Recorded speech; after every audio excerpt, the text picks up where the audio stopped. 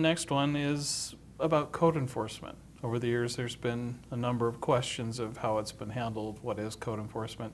Do you see a way to improve code enforcement with the public?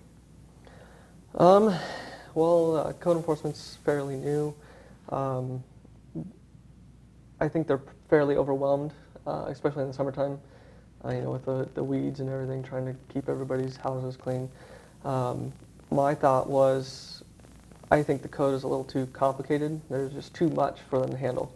So maybe we can simplify it, make it easier to understand so people know this is a rule, you need to follow it, or this is going to happen. No, you got to go to this code, which tells you about this code, and if you read through the code, it's pretty complicated. So that would be my solution, is just simplify things. Okay, Jason. Code enforcement. I mean, they have a big task. They have a big job, and there's a lot of violations. And I think we can help them by helping our community get educated on what code enforcement is and what they need to, what the code enforcements are looking for. I know that if we educate our community on the things that code enforcement is going to be looking for, I think that that's going to help them look at their own house or property or anything that might need code enforcement, and help them out, and help also our code enforcement, because right now I think they're running off of almost 4,000 code enforcements a year, which is a lot. And that's a lot to handle for 2 guys and 1 part-timer. So I think if we all rally together and get educated, I think that we can all help each other out on that. All right. Now, recently 5 finalists were named for city manager, and we're going to hear who is the next city manager probably before this airs. What are you hoping to see in the new city manager? I'm looking for someone that is going to be upfront, someone that's going to take his time or her time and give me a call. Let me know what's going on, and just keep me in the loop of things. I want someone that's going to be able to work with not only the council but with the staff as well. And I think that we get that. We'll get a good city manager. Okay. Don, what do you hope to see? 2 main characteristics that I want to see in a city manager would be, biggest one would be integrity, and then the second one would be creativity. City's kind of stagnant. It's always been the same thing, and we have an opportunity for a fresh look at things. So I hope that he brings something or she brings something to the table that can help benefit Moses Lake. They also need to be able to work with staff. I've got a lot of complaints from city staff saying it's very divided. They're in a period of uncertainty with the city manager being fired. They don't know what's going to happen. They said between departments there's really no communication, and they want somebody that can bring everybody back together. So that's what I want to see.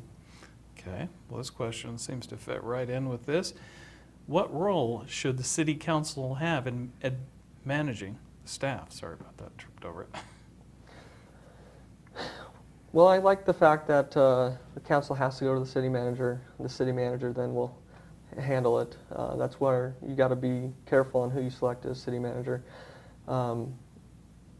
But again, integrity, it needs to be there, where the city manager is telling the council everything that's going on, so that the council can make decisions and help the city manager affect change within the departments. Okay. Jason, what role should the city council play in managing the city staff? I would have to agree with Don. He put it, our job as council is to pretty much oversee our city manager. Our city manager, I believe, can take it from there and work with the staff. I wouldn't have a problem if the city manager came back and said, here's some recommendations. What do you think I should do? And I think the city council would be more than happy to help them out. But at that time, I don't think that it's city council's issue to deal with the staff. I think that a city manager is there, and that's what he's placed there for. Okay. An issue that's come up several times over the last few years, and it's come up again, and it's always a curiosity for us. Should, and this is with several cities having already approved this, Mose Lake still has a ban on chickens, in particular hens and rabbits. How do you feel about that? Is this my question? Yes. Okay. Good. Start with you. You know, and you're right, this has come up in the past, and it's come up several times. I just don't feel the city council's had enough information, proper information, to make the right decision.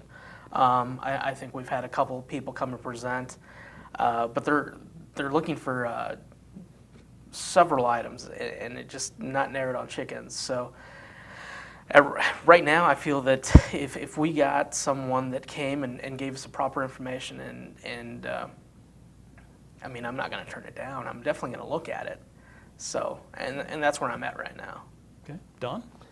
Well, my sister actually raises chickens. They live out in the county. And the one thing that I know about them is it can get a little smelly if you don't take care of them. So I can foresee a lot of issues with people complaining about smell, especially in yards that are fairly small. So that would be my only issue. I like to allow people to make their own choices, but you know, local government's there to help protect people against other people. So if you can, it's such a, you know, which way do you go? You know, you can allow it, and then you're going to be receiving thousands of complaints on, you know, my neighbor's yard stinks and it's, you know, my house smells like chicken manure.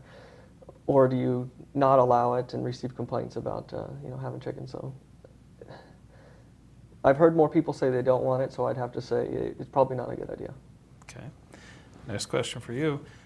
Should the city reopen the Larsen Rec Center? You know, this is right up my alley. I 100% think it needs to be reopened.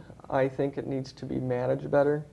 Kind of like a nonprofit where they're at least making the money to keep it open. You know, they're not there to make a profit. It is a city program. So just providing, you know, the service that the people need and then requiring the amount that it needs to run it. So if it ran like a nonprofit, raising the money, I think the community would love to have it reopened. Okay. Jason? I think city council's taken steps to partially open some of that already. We've got the ice skating ring back up and going to be going here this year. The BMX track, it has never been closed, and we've looked at batting cages.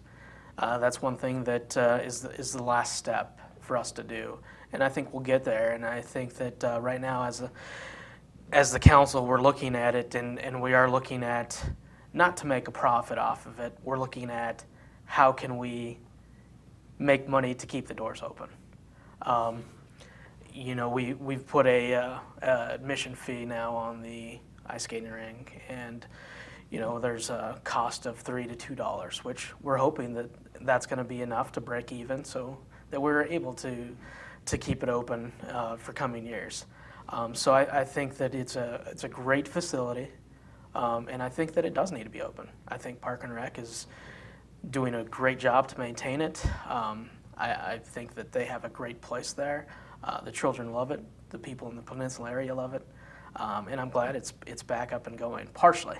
Not full there yet, but we'll get there. All right. We're down to the last questions. One I ask everybody who's running for office. Some people think it's kind of mean, but I think it's appropriate, so I'll start with Jason. Why should people vote for you? Well, I think people should vote for me just because, one, I've been there. I know what it takes to do the job. I've been doing the job. And like I said earlier, I do have an open door policy. I can be talked to at any time, called. I have an office downtown. People can stop by, speak to me, and I've had plenty of people that have done that. I think that the council right now is moving forward. You know, some people say that the council hasn't worked together. Well, we have. We've worked together fairly well, and we're going to continue to do that. And I think the council that we have right now, you can see the changes that have been made, and some big changes have been made, and good changes. So I would appreciate come election day that the people check the box with Avila next to it. Thank you. Don, why should people vote for you? People should vote for me because I'm going to voice my opinion on matters. I'll let the council know what I think and how things should be run. I know it's a 7-council position, and it's hard to make changes as one person, and I feel like I can work well with others. Also, strong leadership, getting out there and talking to people and knowing what people are saying about how council decisions are affecting them and what they want to see. So, vote for me so I can help protect people against the government. That's kind of what I'm there for, help keep things under control so that people can do as much as they want within reason. All right. I want to thank you both for taking the time to come in and talk with us. I greatly appreciate it. Keep track of the episodes with more local election candidates talking about the issues on iFiber 1. And please be sure to watch the appropriate ones before you vote. For iFiber 1 News, I'm Bill Stevenson.